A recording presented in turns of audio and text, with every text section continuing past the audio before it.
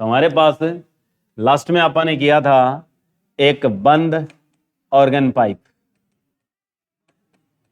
हमारे पास बंद organ pipe क्या होती है? ये जरूरी नहीं है कि कहीं जाके तुम बोलो तो तेजी से बोलो, अपने पॉइंट धीरे धीरे बोल सकते हो जिससे हेजिटेशन नहीं होती और ऐसे नहीं लगता सामने वाले को कि बंदा अंदर से वेरी लेस कॉन्फिडेंट है। क्योंकि हम तेजी से बोलना चाहते हैं और बीच में हमारी जबान लड़खड़ा जाती है तो इसका मतलब सामने वाले को ये लगता है कि बंदा कॉन्फिडेंट नहीं है। और ठंड में तो वैसे ही क्या है, जीभ आगे पीछे हो ही जाती है, ठीक है, तो बंदे को यूं ही लगता है यहाँ वेरी लेस कॉन्फिडेंस है, ठीक है। तो इस चीज से क्या है, ये परहेज बनाना नहीं है, निकालना है। तो बंद ऑर्गन पाइप में अपन ने पढ़ा था कि जो विस्पंद बनते हैं, सनांद कैसे बनते हैं? हमारे पास एक ही क्वेश्चन सिंपल है, विषम, कि इसके जो भी सनांद आएंगे वो सनांद कैसे होंगे? आपके विषम होंगे। विषम सनांदों की आवर्ती का अनुपात क्या था? कि इनकी फ्रीक्वेंसी का रेशो, ऐसे ही क्वेश्चन आते हैं, इनकी आवर्ती का अनुपात। वैसे कल लिखवाया था मैंने लास्ट में कि इनकी जो फ्रीक्वेंसी का रेशो है वो आप लोगों ने क्या लेना है? 1, 3, 5। ऐसे जो एक नंबर वाली है इसको हम किस की आवर्ती कहते हैं ये समझ जरूरी होता है। इसे बोलते हैं मूल सवरक। क्या बोलते हैं? मूल सवरक। ये जो आवर्ती होती है ये होती है मूल सवरक की।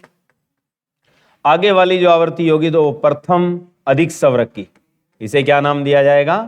प्रथम अधिसवरक। प्रथम अधिसवरक को क्या कहते हैं अपन? First over tune. और ये जो होती है ये किसकी होती है? द्वितीय अधिसवरक। लेकिन इनको सनांद कुछ और बोलेंगे अपन, द्वितीय अधिसवरक। लेकिन हमने कल पढ़ा था कि जो मूल सवरक है वो तो है पहला सनांद। प्रथम अधिसवरक है वो कौन सा सनांद है? तीसरा। और जो आपके पास द्वितीय अधिसवरक है वो कौन सा सनांद है? पांचवा। ये चीज आपको ध्यान रखनी है। इसमें क्वेश्चन क्या क्या टैग हो सकते हैं? पहले तो यही हो सकता है कि जो बंद ऑर्गन पाइप का मूल सवरक होता है वो सनांद कौन सा होता है? ऐसे क्वेश्चन आते हैं। ये क्वेश्चन बड़े टैग बोले क्योंकि ये जब तक तुम प्रैक्टिस नहीं करोगे इसकी तब तक दिमाग में पता नहीं चढ़ता इसका। ये चीज ही ऐसी है क्योंकि कभी पहले सुना ही नहीं कि बंद सनांद क्या होते हैं, खुले सनांद क्या होते हैं, बंद ऑर्गन पाइप क्या है, खुली क्या है, मूल सवरक क्या है, सनांद क्या है, परस्पंद क्या है, निस्पंद क्या है। तो ये इस चीजों पे थोड़ी अपनी फोकस जमाओ और ज्यादा से ज्यादा थोड़ी दिमाग की प्रैक्टिस बढ़ाना इस पे, तब ये चीजें याद होनी शुरू हो जाएगी, ठीक है, वरना नहीं होती। जैसे पूछ लेगा प्रथम अधिसवरक खुली ऑर्गन पाइप का कौन सा सनांद होती है, तो कौन सा होती है? तीसरा। ऐसे पूछे खुली ऑर्गन पाइप का द्वितीय जो अधिसवरक होता है वो सनांद कौन सा होता है, तो कौन सा होता है? पांचवा। अब इस पे क्वेश्चन क्या आएगा ये दे सकता है कि मूल अधिसवरक की आवर्ती, ऐसे आएगी, मूल सवरक की आवर्ती यानी फ्रीक्वेंसी दी होगी तुम्हें कि मूल सवरक की आवर्ती, फंडामेंटल फ्रीक्वेंसी, इसे हम फंडामेंटल फ्रीक्वेंसी कहते हैं। ये आपको दी आएगी। जैसे मान लो n से रिप्रेजेंट कर दे, n1 से कर दे, मान लो अगले ने लिख दी कितने हर्ट्ज? 50 हर्ट्ज। फिर क्वेश्चन क्या पूछेगा? क्वेश्चन ये लिखेगा कि तृतीय अधिसवरक की आवर्ती बताइए, तृतीय अधिसवरक की आवर्ती बताइए कि खुली ऑर्गन पाइप के लिए हमें कौन से की आवर्ती दी गई है? मूल की। पूछ कौन से की रहा है? तृतीय की। तो इसका मतलब तृतीय अधिसवरक सनांद कौन सा होगा? सातवां। कौन सा होगा? सातवां। तो अनुपात यहां क्या लेना पड़ेगा अपने? 7। तो इसका मतलब है इसकी कितने गुना हो जाएगी? ये 7 गुना हो जाएगी। तो कितना आएगा? 7 पंजू 35, 350 हर्ट्ज। उत्तर आ गया, ठीक है। ऐसे निकालने हैं। तो यानी तृतीय अधिसवरक होता है, ये कौन सा सनांद होता है आपका? 7वां। और इस 7वें सनांद की जो आवर्ती लिखी जाएगी वो किससे लिखी जाएगी? 7n1 से। तो 7 and 1 कितना हो जाएगा आपके पास? 7 गुणा 350, 7 गुणा 50, उत्तर कितना आ जाएगा? 350। और पीछे क्या लगाना आपने? हर्ट्ज। आ गया। इस तरीके से टैग होते हैं हमारे क्वेश्चन, ठीक है। तो ये चीज होती है बंद ऑर्गन पाइप के लिए। बंद ऑर्गन पाइप का जो डायग्राम है पहले वाला, वो मोस्ट इंपॉर्टेंट है, कि जो शुरू में बनाया आपने कि खुले सिरे के पास क्या होती है और बंद सिरे के पास क्या होती है, किस केस में? मूल संवरक के केस में। तो खुले सिरे पे क्या बनता है? परस्पंद बनता है, एंटी नोड बनता है। और बंद सिरे पे क्या बनता है? नोड। नोड का मतलब क्या होता है? निष्पंद। ये पहले के याद रखने, क्योंकि क्वेश्चन पहले पे पूछा जाता है। पहली चीज कौन सी होती है तुम्हारी? मूल संवरक। ये क्वेश्चन खास होता है इसका, ठीक है। आगे अब बात आती है खुली ऑर्गन पाइप, कि जैसे आपसे कहा जाए कि खुली ऑर्गन पाइप, कि जो खुली ऑर्गन पाइप होती है इसके बारे में हमने कल पढ़ा था, open organ pipe are opened at both end, कि दोनों सिरों पर क्या होती है? पहले नंबर तो ये खुली। जब इसमें परगामी तरंग चलती है तो किस तरह का शेप बनता है? पहले नंबर वाला। पहले नंबर वाला कौन सा संवरक होता है? हाँ, तो हमारे पास ये होती है। अब इस हिस्से पे क्या नजर आ रहा है और इस हिस्से पे क्या नजर आ रहा है? तो क्वेश्चन पूछा जाएगा कि जब खुली ऑर्गन पाइप है तो उसमें मूल संवरक पर दोनों खुले सिरों पर क्या होगा और बीच में क्या होगा? तो ये आपके पास मूल संवरक के शब्द से ही चलना है कि मूल संवरक के लिए, कि मूल संवरक के लिए, यानी आपके पास फंडामेंटल फ्रीक्वेंसी के लिए खुले सिरों पर होंगे। तो खुले सिरों पर क्या नजर आ रहे हैं आपको? खुले सिरों पर होंगे तो ऑलवेज क्या होंगे? एंटी नोड होंगे, परस्पंद होंगे, ठीक है, ये याद रखना। और परस्पंद होंगे कितने आपके पास? 2। एंटी नोड कितने आपके? 2। आपसे पूछे मूल संवरक के लिए खुली ऑर्गन पाइप में आपके निस्पंद कितने होते हैं? बस ऐसे क्वेश्चन आते हैं। निस्पंद की संख्या, तो निस्पंद की संख्या खुली ऑर्गन पाइप के लिए मूल संवरक के लिए कितनी होती है? 1। तो ये 2 क्वेश्चन बड़े खास होंगे कि जब कभी भी खुली ऑर्गन पाइप शब्द है और उसमें पूछा जाए कि मूल संवरक के लिए जो खुले सिरे हैं उन पे क्या चीज नजर आएगी और बीच में क्या होगा, तो खुले सिरों पे परस्पंद होंगे, परस्पंदों की संख्या 2 होगी, यानी एंटी नोड 2 होंगे। और आपसे पूछे नोड कितने होंगे, तो नोड सिर्फ 1 होगा, निस्पंद कितना होगा? 1। अब फ्रीक्वेंसी निकालें, तो फ्रीक्वेंसी निकालने का सूत्र क्या लिखवा रखा है बताना? फ्रीक्वेंसी का सूत्र क्या होता है पहलवानों, बताओ? नहीं, फ्रीक्वेंसी क्या चीज होती है बताओ? मतलब एक दिन पढ़ा के जाओ, दूसरे दिन स्वागत लगा मिलता है। पढ़ाई तो है नहीं है। पढ़ाई का लॉजिक लेकर चलो तब पढ़ाई होगी, ठीक है। खाली बैठ के कई तो बंदे ऐसे होंगे मेरी कापी भी नहीं लिखते, ये दोनों बंदे लिखते नहीं कापी में। एक यो बंदा तो बिल्कुल ना लिखता। यूं बात नहीं बनी। जमीनरी ठीक ठाक है? किधर है जमीन? कितनी है इन काला कोट वाला है?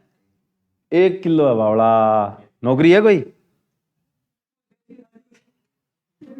ना बेचर क्यों खावे?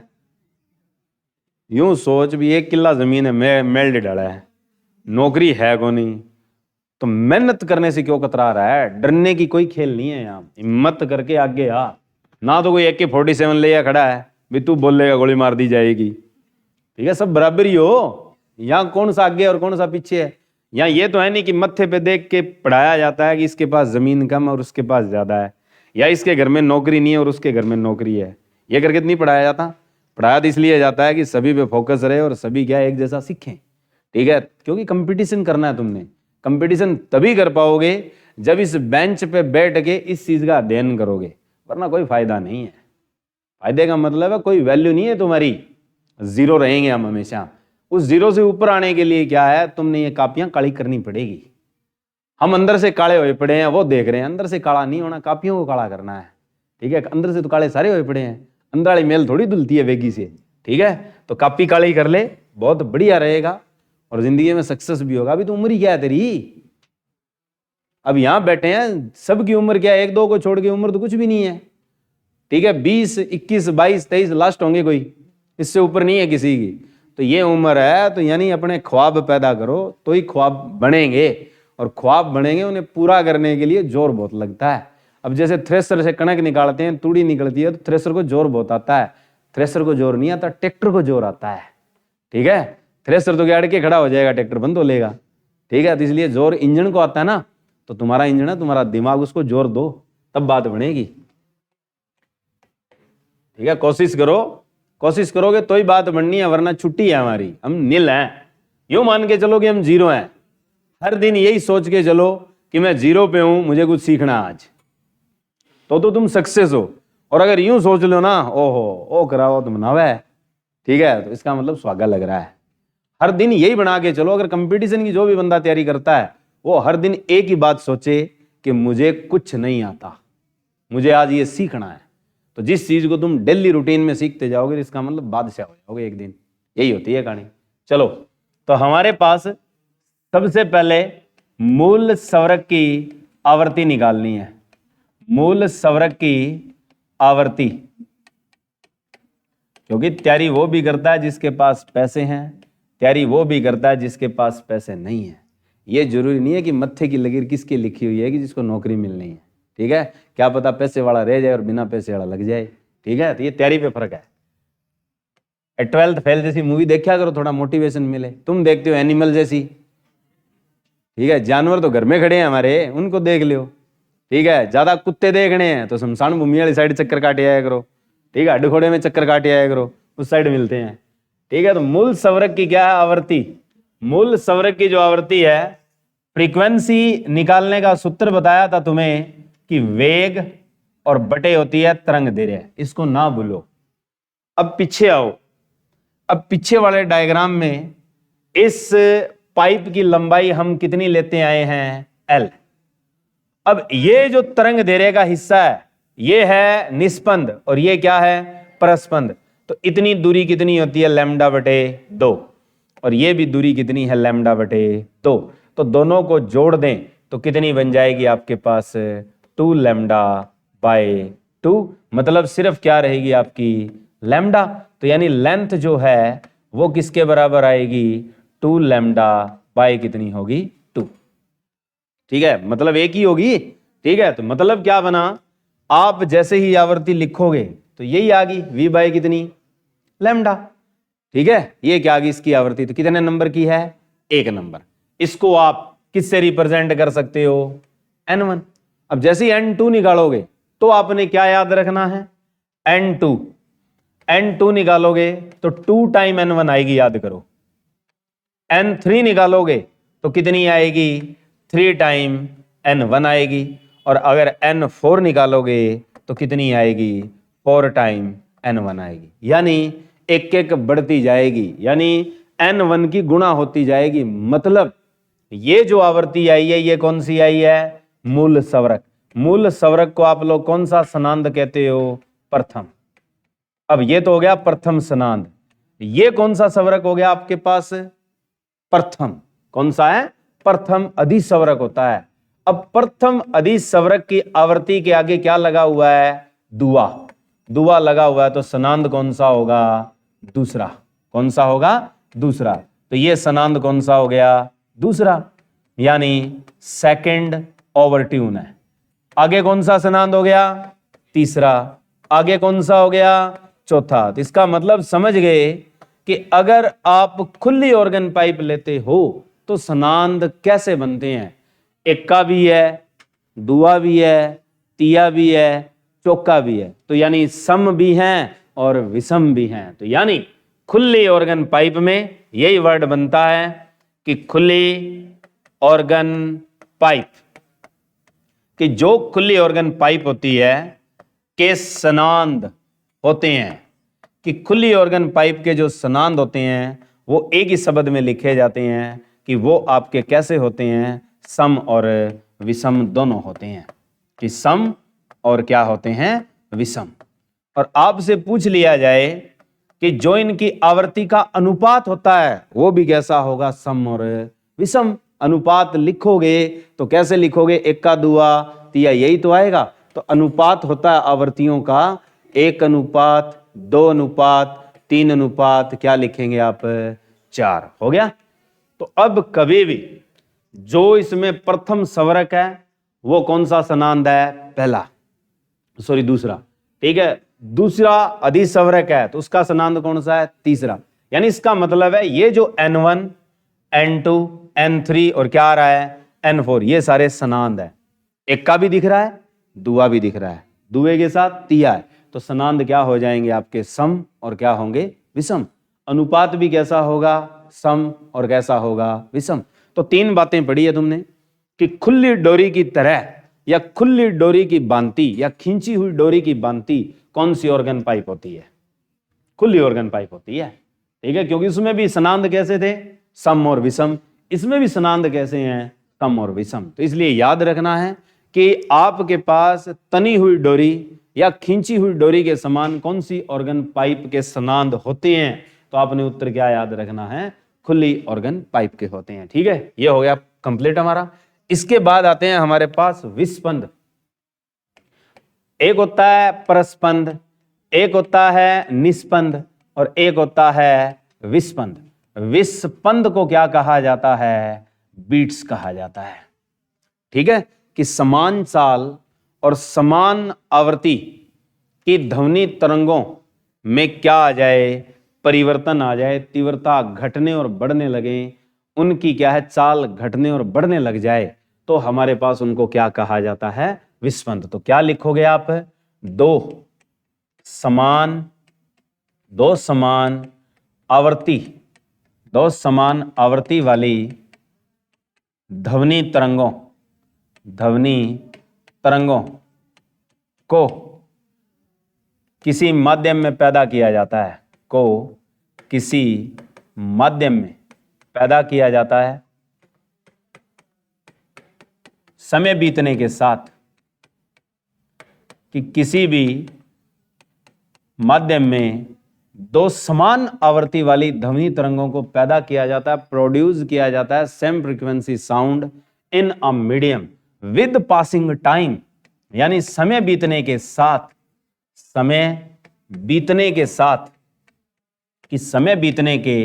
साथ आयाम में परिवर्तन हो, कि इनके आयाम में परिवर्तन और तीव्रता में परिवर्तन, आयाम में भी परिवर्तन हो और प्लस इंटेंसिटी में भी चेंज हो, तीव्रता में भी परिवर्तन हो, तो उसी को हम क्या कहते हैं, बीट कहते हैं, विस्पंद कहते हैं, ठीक है। यानी आपकी क्या ध्वनि तरंगे आगे पीछे होने लग जाए, आपने बनाई तो ठीक सेम टाइम पे सेम फ्रीक्वेंसी के, लेकिन टाइम बीतने के साथ दोनों में लैगिंग आ जाए, एक आगे निकल जाए दूसरी पीछे रह जाए, ठीक है। तो ऐसा अगर हो तो उसे हम क्या कहते हैं, विस्पंद कहते हैं, ठीक है। इन्हें कहते हैं बीट्स। इसके बाद ये इनकी फिनोमिनाज हैं ध्वनि के। एक आता है ध्वनि का व्यतिकरण, इंटरफ्रेंस ऑफ साउंड। वैसे प्रकाश का व्यतिकरण बड़ा फेमस है, साउंड का व्यतिकरण इतना फेमस नहीं है। कि इंटरफ्रेंस ऑफ साउंड ये एग्जाम में बहुत ही रेयर है, लेकिन interference of light be the most important. Interference of light, प्रकाश का व्यतिकरण कहां पूछा जाता है, याद रखें।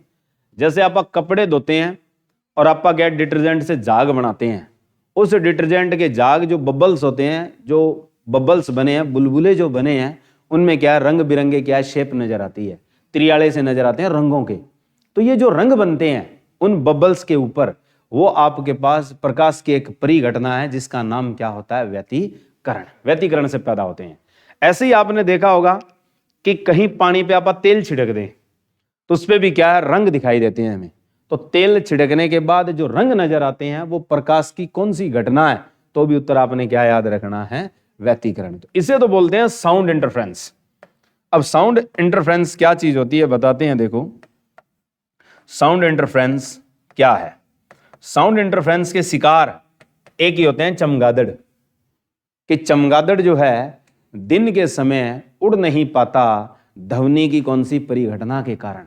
तो उड़ नहीं पाता, वो क्यों नहीं उड़ पाता कि दिन के समय बहुत सारी ध्वनियां हैं और उन ध्वनियों का चमगादड़ के द्वारा छोड़ी गई तरंग के साथ क्या हो जाता है, व्यतिकरण, जिससे उसकी दिशा क्या हो जाती है, बदल जाती है। और बदल जाती है तो चमगादड़ अपने रास्ते से क्या होता है, भटक जाता है। भटक जाता है तो वो सही से उड़ नहीं पाता। ठीक है, तो इसीलिए जो दिन के समय चमगादड़ उड़ नहीं पाता ध्वनि की कौन सी परिघटना के कारण, तो वो उत्तर क्या याद रखना अपने, व्यतिकरण। तो व्यतिकरण होता क्या है कि ध्वनि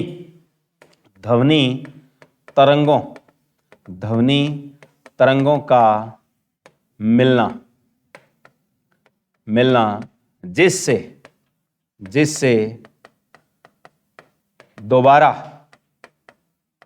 ऊर्जा विस्तारित हो, कि एक बार तो क्या है, मिलेंगे और फिर दोबारा से ऊर्जा क्या हो, विस्तारित हो और आयाम प्रभावित हो। और जिससे एक चीज जो प्रभावित होगी वो क्या होगी, आयाम प्रभावित हो, यानी amplitude be affected. Amplitude affected का मतलब एम्पलीट्यूड खत्म भी हो सकते हैं और एम्पलीट्यूड ज्यादा भी हो सकते हैं।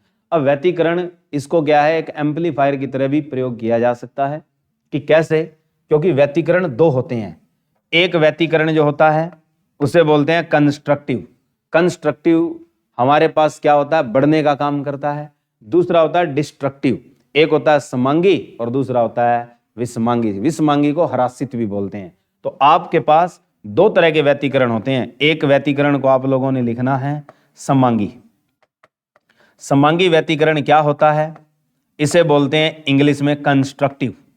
दूसरा आपके पास कैसा होगा, विषमांगी शब्द लिख दो और या शब्द आप दूसरा क्या प्रयोग कर सकते हो, ह्रासित व्यतिकरण।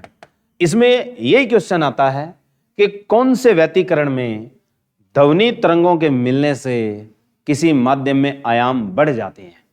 तो वो व्यतिकरण बढ़ने का मतलब चीज क्या है, जुड़ रही है तो क्या हो रही है, संयोग में क्या होता है, समांगी, यानी उसे बोलते हैं कंस्ट्रक्टिव इंटरफ्रेंस।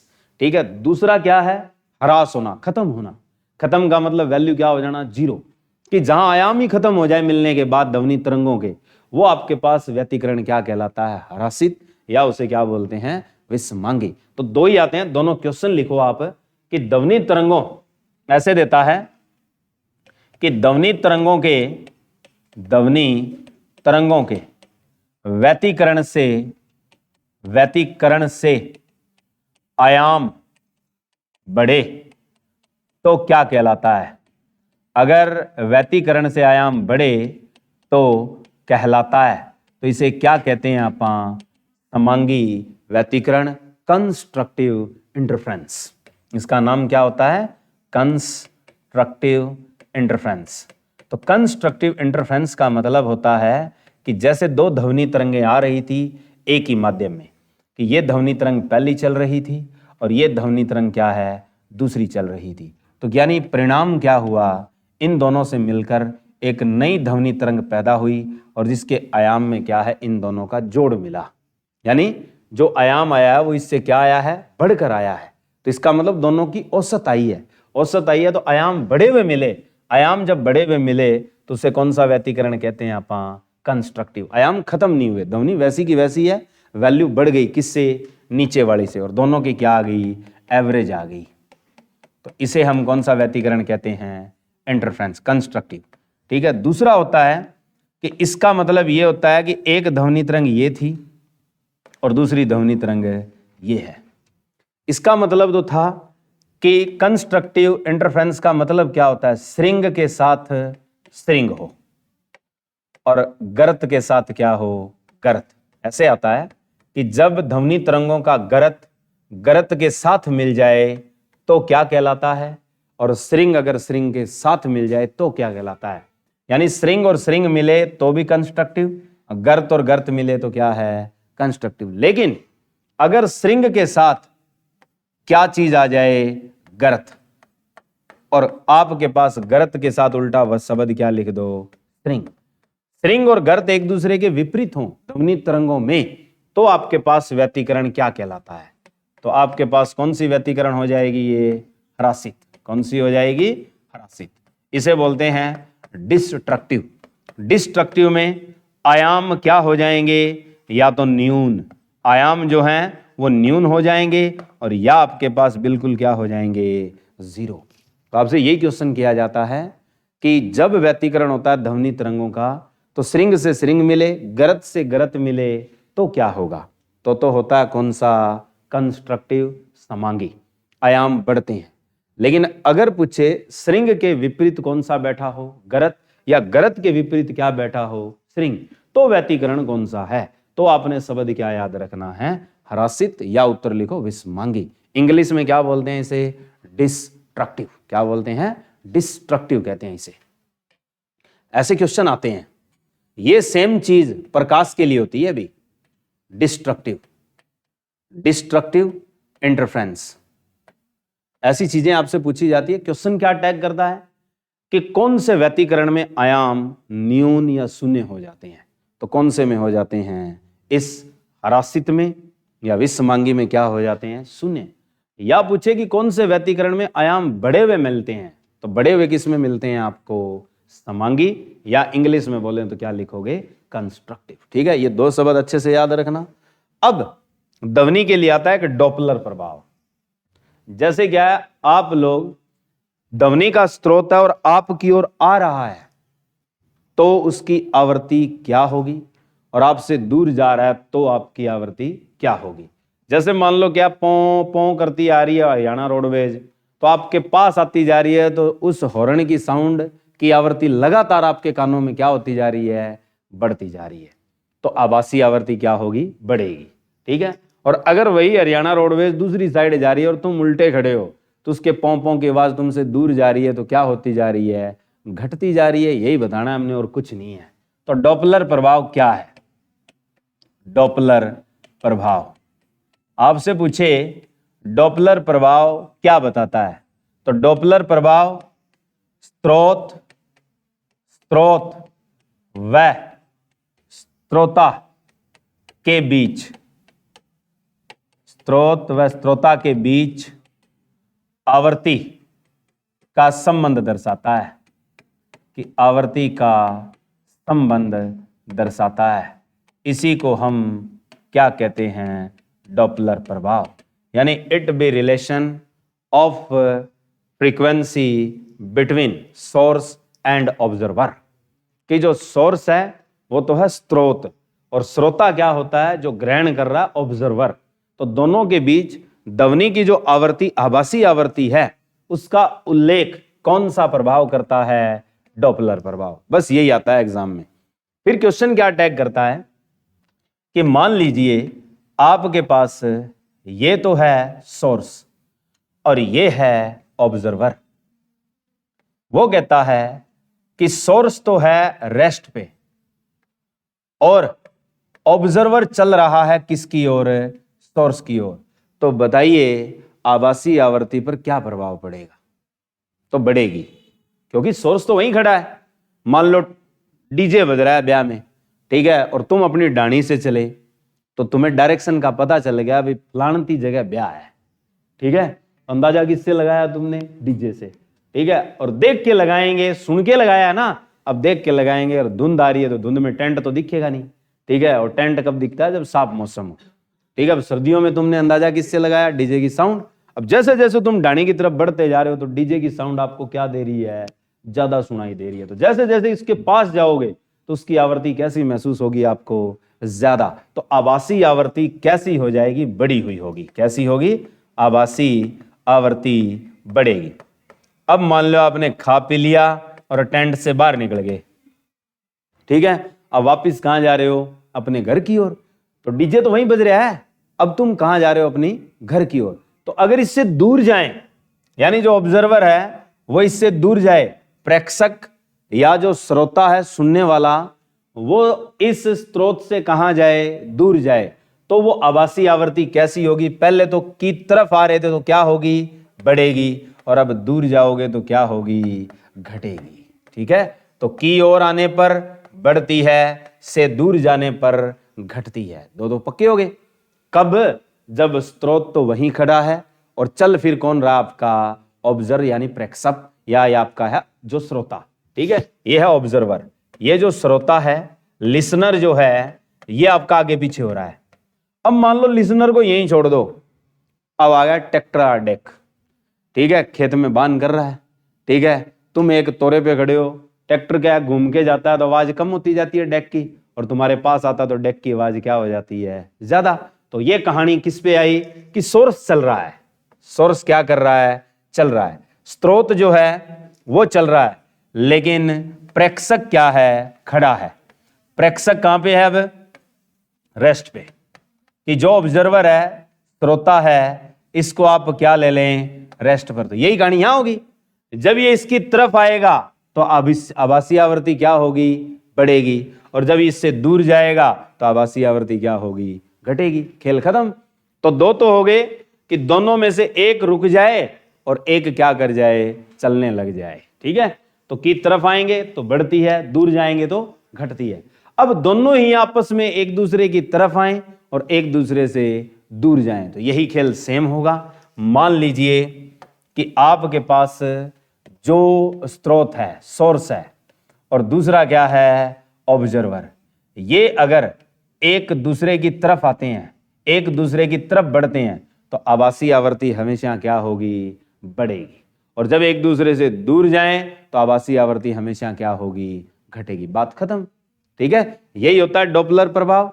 जैसे ट्रेन है, क्वेश्चन यूं कहता है कि जब एक ट्रेन हॉर्न बजाते समय प्लेटफॉर्म की ओर बढ़ती है तो प्लेटफॉर्म पर खड़े यात्रियों के लिए ध्वनि की आभासी आवृत्ति होगी तो बड़ी हुई होगी, ज्यादा होगी, और वही ट्रेन प्लेटफॉर्म को छोड़कर जा रही हो विपरीत दिशा में, किससे, यात्रियों से, तो उसके बजते हुए हॉर्न की जो ध्वनि की आवृत्ति है वो होगी तो कैसी होगी, घटी हुई होगी, ठीक है। बस यही खेल हमने अभी पढ़ा है और इसमें कुछ नहीं है, ठीक है। तो ये कहानी थी तुम्हारे पास ध्वनि की।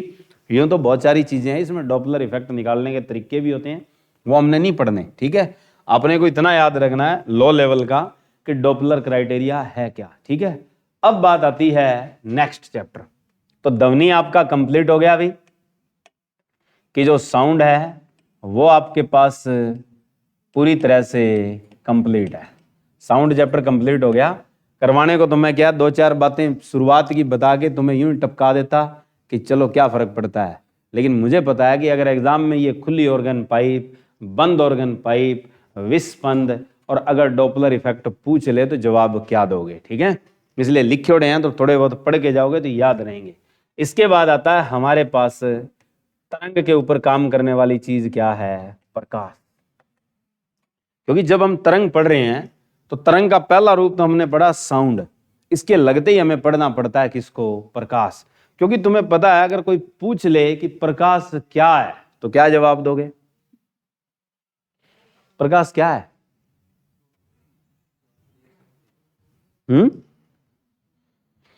प्रकाश क्या है, बता रखा है बहुत बार, व्हाट इज द लाइट। तो क्या जवाब होना चाहिए हमारा। जैसे हमने पूछा था कि व्हाट इज साउंड, वैसे ही है व्हाट इज लाइट। कि जैसे ध्वनि क्या है वैसे ही पूछा जाता है प्रकाश क्या है।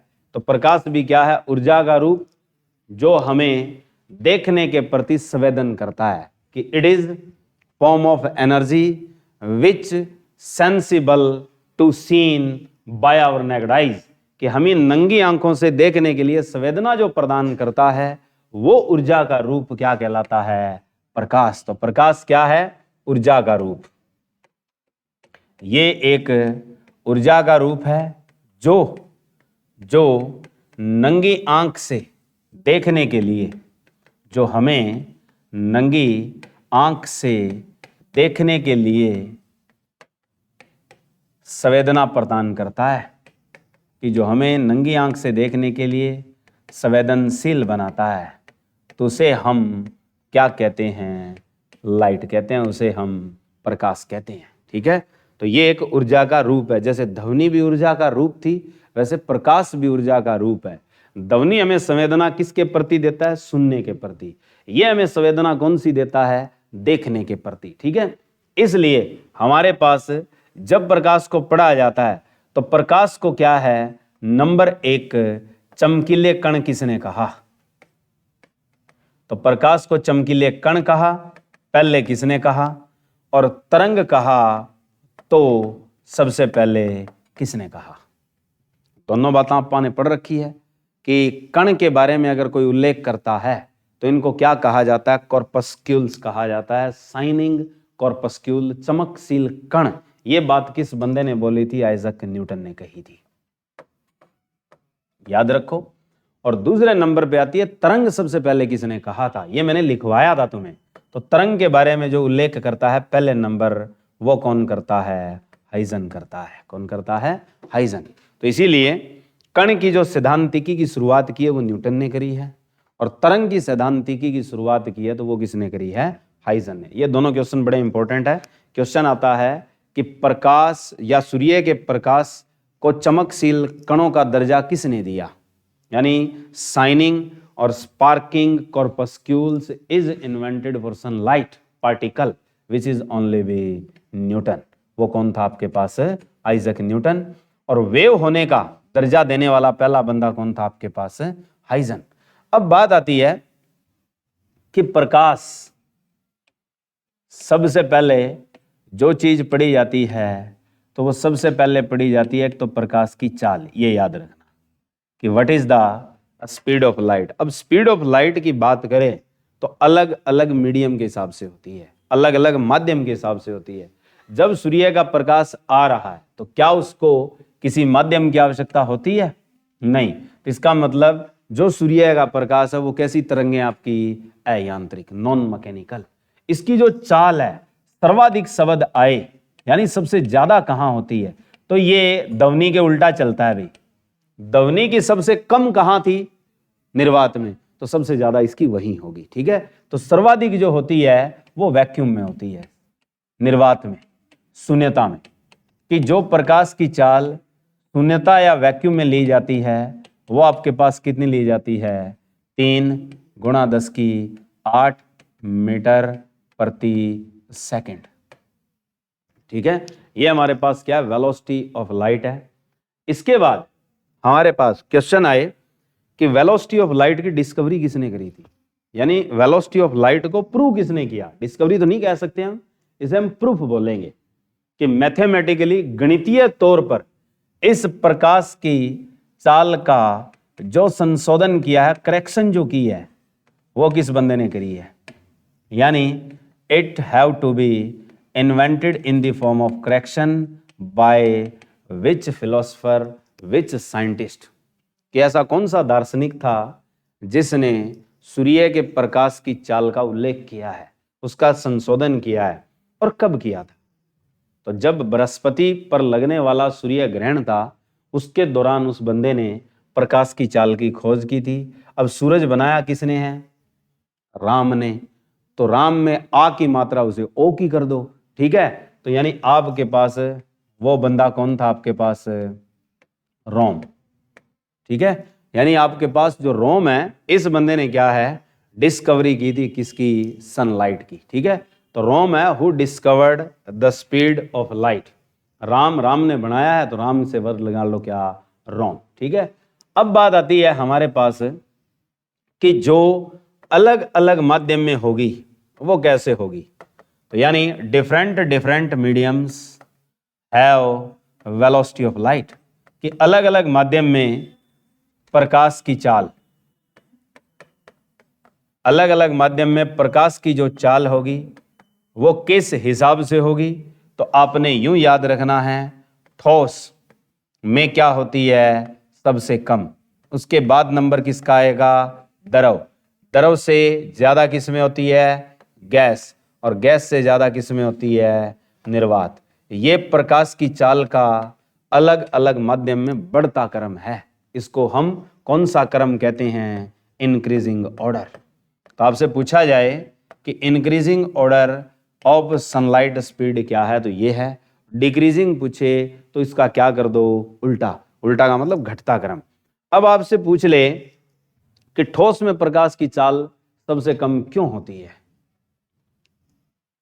कि ठोस जो है उसमें प्रकाश की चाल सबसे कम क्यों है, और ध्वनि की चाल ज्यादा क्यों थी। क्योंकि ध्वनि की चाल के लिए मैंने तुम्हें एक शब्द लिखवाया था कि माध्यम के पास कौन से गुण होते हैं जिन पर ध्वनि की चाल निर्भर करती है? तो दो गुण होते हैं। कौन से गुण होते हैं दो माध्यम के पास? एक होती है प्रत्यास्था और दूसरा होता है जड़ता। यानी एक होती है इलास्टिसिटी और दूसरी क्या होती है आपके पास? इनर्शियल। यानी जड़त्वीय गुण और आपके पास प्रत्यास्था गुण जिस जगह ज्यादा होंगे उस जगह ध्वनि की चाल क्या होगी? ज्यादा, और प्रकाश की चाल क्या होगी? सबसे कम। ठीक है, तो ठोस में प्रकाश की चाल कम, द्रव में ज्यादा, गैस में और ज्यादा, और निर्वात में सबसे ज्यादा होने का कारण क्या होता है? कणों के बीच की दूरी। क्या होता है? कणों के बीच की दूरी। तो कणों के बीच की दूरी जिस जगह ज्यादा होगी वहां चाल ज्यादा होगी। छीड़ आप कह देते हैं ना कि जहां छीड़ होती है वहां गाड़ी की स्पीड, बाइक की स्पीड आप क्या रखते हैं? तेज रखते हैं। और जहां शहर आ जाए, भीड़ आ जाए, वहां क्या चलाते हैं आप? धीरे धीरे। तो वैसे ही प्रकाश चलता है। प्रकाश के लिए जहां जगह क्या खूब खुली पड़ी है तो वहां तो बहुत स्पीड से चलेगा, और जहां क्या भीड़ भाड़ वाला इलाका वहां क्या चलेगा? धीमे चलेगा। तो यही डिपेंड किस पे करता है? कणों के बीच की दूरी। यानी कण जहां पास पास ज्यादा होंगे वो कौन सी चीज होती है? ठोस। कणों में थोड़ा सा गैप आ जाता है वो क्या चीज होती है? द्रव। बहुत ज्यादा गैप होता है वो क्या चीज होती है? गैस। और जहां सौदा ही ना हो वो क्या चीज होती है? निर्वात। ठीक है, तो यही याद रखना है। इसके बाद हमारे पास टैग क्या आते हैं? ये लिखवा रखा है मैंने। प्रकाश की चाल, प्रकाश की चाल नंबर 1, नंबर 2 आवर्ती, और नंबर 3 तरंग धैर्य के बीच संबंध क्या है? और इस पे मैंने न्यूमेरिकल भी करवाए थे तुम्हें, याद हो तो। ठीक है, कि इन तीनों के बीच संबंध क्या है? ये क्वेश्चन बड़ा खास है, इसके न्यूमेरिकल आते हैं और न्यूमेरिकल मैंने करवाए भी थे कि प्रकाश की चाल नंबर 1, नंबर 2 उसकी आवर्ती यानी फ्रीक्वेंसी, और नंबर 3 क्या चीज याद रखनी है? तरंग धैर्य। इनके बीच संबंध क्या है? अब तीनों चीजें कहां पड़ी है? एक लाइन में। तो पहले नंबर क्या लिख रखा है? प्रकाश की चाल, तो उसको लिख लो सी। अब दो बराबर चीजें और पड़ी है तो इन दोनों को डायरेक्ट इसकी सीध में लिखना है और बीच में गुणा का निशान लगा के लिखना है, खत्म। ठीक है, तो चीज क्या आपके पास? एक तो तरंग धैर्य, तरंग धैर्य लिख लो, और दूसरी चीज क्या दे रखी है आपको? आवर्ती। इन दोनों की आपने गुणा करनी है, ये होती है। अब तरंग धैर्य को हम किससे डिनोट करते हैं? लैम्डा। आवर्ती को किससे करते हैं? न्यू। और ये बराबर किसके आ जाएगा? सी। तो यानी प्रकाश की चाल, तरंग धैर्य और आवर्ती का संबंध ये है। ठीक है, तो यहां से आप फ्रीक्वेंसी निकाल सकते हैं, आवर्ती निकाल सकते हैं, और जो मैंने आपको न्यूमेरिकल करवाए थे, और लिखना क्या है? सी बाय लैम्डा। एक क्वेश्चन आता है यहां से जो तुम्हें और एडवांस से दिया जा सकता है। एक सूत्र और बनाना है इसका कि जो 1/लैम्डा लिख रखा है, इधर तो क्या है? न्यू, इधर क्या है? सी। जो लैम्डा नीचे पड़ा है इसको ऊपर अगर लिखना हो तो किससे लिखते हैं? न्यू बार। ठीक है, ये इसका नया सूत्र याद रखना 11वीं क्लास के तजर पर, कि आपके पास जो आवृत्ति होती है सूर्य का प्रकाश और साथ में तरंग धैर्य शब्द ना हो तो ये न्यू बार लिखा होता है। इस न्यू बार को मैंने लिखवाया था। क्या होती है ये? तरंग धैर्य का विलोम क्या कहलाती है? क्वेश्चन आता है ये कि तरंग धैर्य का विलोम यानी reciprocal of wavelength is known to be, इसे बोलते हैं वेव नंबर, तरंग संख्या। कि जो न्यू बार लिखा है मैंने, इस न्यू बार को हम क्या चीज कहते हैं? तरंग संख्या कहते हैं। ऐसी चीजें याद होनी चाहिए भी आपको, क्योंकि ये सिंपल बातें हैं, इससे तो थोड़ी और हाई लेवल की पूछ लेता है अगला। ये तो मैंने सिंपल बताए, लोकल क्वेश्चन बताए, इससे थोड़े और टफ आ सकते हैं। तो इसलिए इन चीजों को लोकल को थोड़ा याद रखोगे तो हो सकता है टफ भी दिमाग में चढ़ जाए, पता चढ़ जाए, क्या पता तुक्का ही लग जाए सही। ठीक है, तो ये चीजें आनी चाहिए, बेस्ट क्लियर होना चाहिए। आगे अब बात आती है कि जब प्रकाश को तुम पढ़ रहे हो तो सबसे पहले प्रकाश की क्या पढ़ी जाती है? परिघटनाएं। यानी परिघटनाएं क्या होती है? Phenomenas of light. कि जो फिनोमिनाज ऑफ लाइट है उसमें क्या क्या पढ़ते हो तुम? बताओ एक दो के नाम। कि जैसे मान लो तुम रात को आसमान देखते हो और तारे दिख रहे हो तो तारे क्या नजर आते हैं तुम्हें? टिमटिमाते हुए नजर आते हैं। तो यही क्वेश्चन पूछता है एग्जाम में। अगला एग्जाम में क्वेश्चन ये पुट करता है कि भाई साहब ये बता दूं कि जो तारे टिमटिमाते हैं वो क्यों टिमटिमाते हैं? तो बस उसमें उत्तर बताना है तुमने, एक प्रकाश की परिघटना। ठीक है, दूसरा, हम सुबह पहले उठ के क्या है कि अपना चेहरा देखते हैं कहाँ, दर्पण में। तो कहता है भाई साहब वो दर्पण तुम्हें तुम्हारा ही चेहरा दिखा रहा है, तो उसमें परिघटना कौन सी है, यही आता है। ठीक है।